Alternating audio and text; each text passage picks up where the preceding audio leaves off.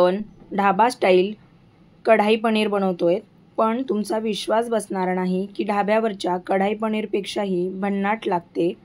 अचानक जरी पाहुणे आले असतील आणि तुम्हाला ढाबा स्टाईल पनीर बनवायचे असेल तर ते पण घरच्याच साहित्यात आणि ते पण अर्ध्या तासाच्या आत, तर हा व्हिडिओ तुमच्यासाठी आहे। व्हिडिओ शेवटपर्यंत नक्की पहा। व्हिडिओ जर आवडला तर व्हिडिओला एक लाईक नक्की करा। तर चला आपण लगेच रेसिपीला सुरुवात करूया। इथे मी एक मिक्सरचं भांडं घेतलेलं आहे। त्याच्यामध्ये आपल्याला 4 ते 5 हिरव्या मिरच्या घालायच्या आहेत, अद्रक, लसूण आणि थोडीशी कोथिंबीर। हे सर्व आपल्याला मिक्सरला वाटून घ्यायचं आहे। अर्धा चमचा इथे मी जिरे घातलेले आहेत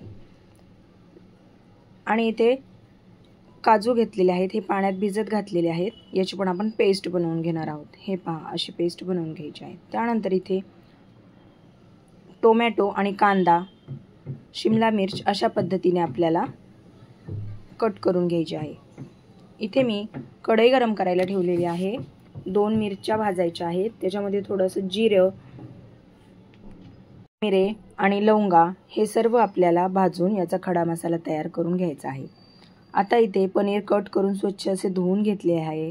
यामध्ये लाल तिखट घालायचं आहे, हळद घालायची आहे आणि आता जो आपण मसाला वाटलेला होता मिरचीचा तो पण थोडा घालायचा आहे आणि अर्धा चमचा बेसन पीठ घालायचं आहे। हे सर्व मिश्रण आपल्याला मिक्स करून घ्यायचं आहे आणि इथे 1 चमचा दही घालायचं आहे। हे पूर्ण आपल्याला मिक्स करून घ्यायचं आहे। हे पहा, अशा पद्धतीने चवीनुसार मीठ घालायचं आहे। मीठ घातल्यानंतर पण एकदा याला आपण मिक्स करून घेणार आहोत आणि साईडला ठेवायचं आहे। यानंतर पुढे आपण इथे दही घेतलेलं आहे अर्धी वाटी। यामध्ये जिऱ्याची पूड घालायची आहे, धण्याची पूड घालायची आहे, हळद घालायची आहे, लाल तिखट घालूया आणि थोडासा इथे किचन किंग मसाला असेल तुमच्याकडे तर तो घालायचा आहे आणि आता आपण जो वाटलेलं वाटण होतं हिरव्या मिरच्याचं ते पण घालायचं आहे। याला सर्व चांगल्या पद्धतीने आपल्याला हे मिक्स करून घ्यायचं आहे। तुम्ही पाहू शकता अशा पद्धतीने याला मिक्स करून आपण हे साईडला ठेवणार आहोत।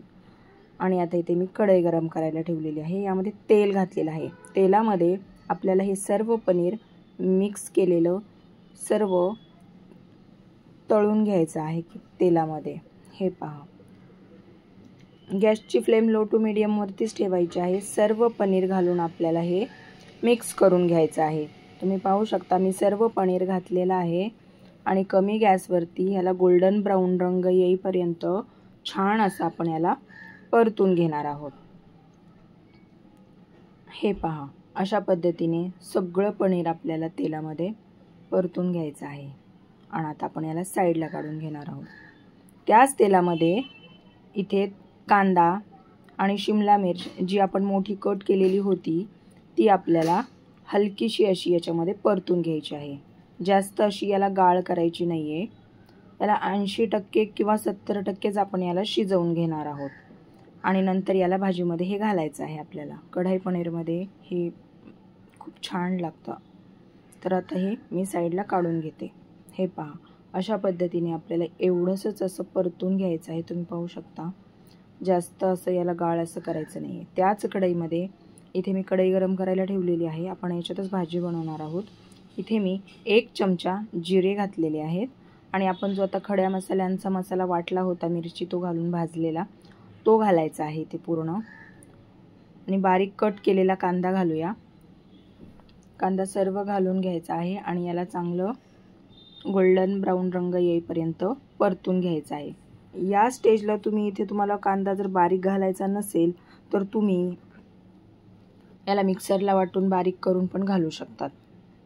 हळद घालायची आहे। हळद घातल्यानंतर याला चांगलं असं परतून घ्यायचं आहे कांद्याला। आता आपण यामध्ये मिरचीचं वाटण घातलं आहे 1 चमचा। मिरचीचं वाटण घातल्यानंतर पण याला चांगलं असं परतून घ्यायचं आहे। हे पहा, अशा पद्धतीने याला सतत असं हलवायचं आहे, याला मिक्स करून घ्यायचं आहे आणि चांगलं असं परतून घ्यायचं आहे। याच्यामध्ये तुम्हाला जर आवडत असेल तर बटर पण घालायचं आहे 1 चमचा। जर नसेल आवडत तर इथे स्किप करू शकता तुम्ही। आता हे चांगलं असं परतलं की यामध्ये टोमॅटो घालायचा आहे. इथे बारीक कट केलेला मी टोमॅटो घातलेला आहे. तुम्ही इथे याची पेस्ट पण घालू शकता टोमॅटोची. मी इथे बारीक कट केलेला टोमॅटो घातलेला आहे. अशा पद्धतीने कांदा आणि टोमॅटो जर बारीक करून घातलं तर भाजीला खूप छान अशी टेस्ट येते आणि ग्रेव्हीला जो थिकनेस आहे ना तो पण खूप छान येतो. इथे आपण 2 ते 3 मिनिटासाठी झाकून ठेवूयात. कांदा आणि टोमॅटो चांगलं असं मॅश करून घ्यायचं आहे. आणि इथे आपण आता लाल तिखट घालणार आहोत. लाल तिखट घालताना कारण आपण इथे मिरची पण घातलेली आहे, हिरवी मिरची, त्यामुळे इथे घालताना अंदाजानेच घालायची आहे किंवा मग भाजी खूप जास्त तिखट होईल.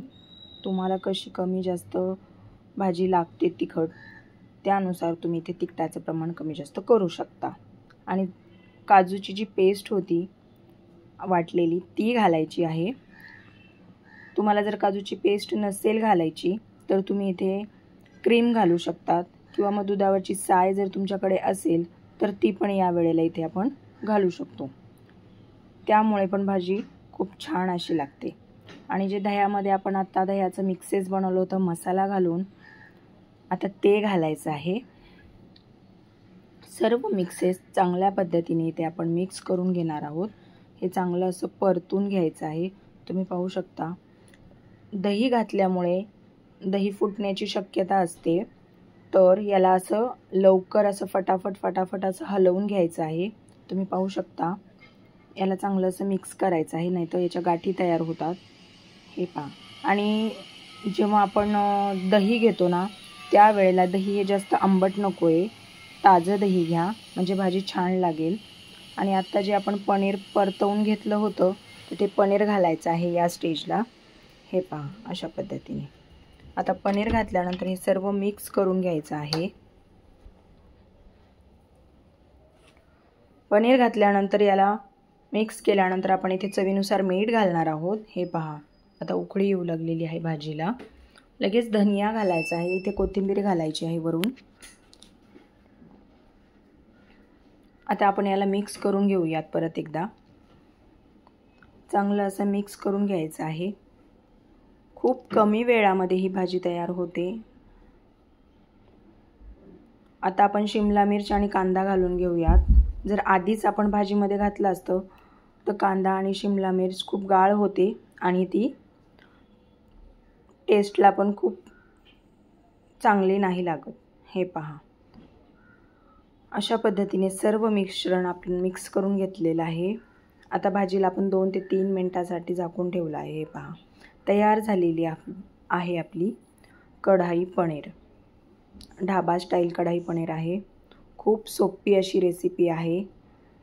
अगदी आपण बाहेर खातो ना तशीच होते ही भाजी. तुम्हाला पण नक्की आवडेल. तुम्ही पण नक्की ट्राय करा. हे पहा खूप छान अशी भाजी झालेली आहे. बाहेर आपण रेस्टॉरंटला खातो अगदी त्यापेक्षाही घरची भाजी खूप भन्नाट होते. मुलांना पण खूप आवडेल. तर तुम्ही पण नक्की ट्राय करा. तर तुम्हाला ही रेसिपी कशी वाटली मला कमेंट करून नक्की सांगा. जर रेसिपी तुम्हाला आवडली असेल तर व्हिडिओला एक लाईक नक्की करा. आणि जर तुम्ही चॅनलवरती नवीन असाल तर चॅनलला सबस्क्राईब करा. पुन्हा भेटूया अशाच एका नवीन व्हिडिओसोबत. तोपर्यंत धन्यवाद.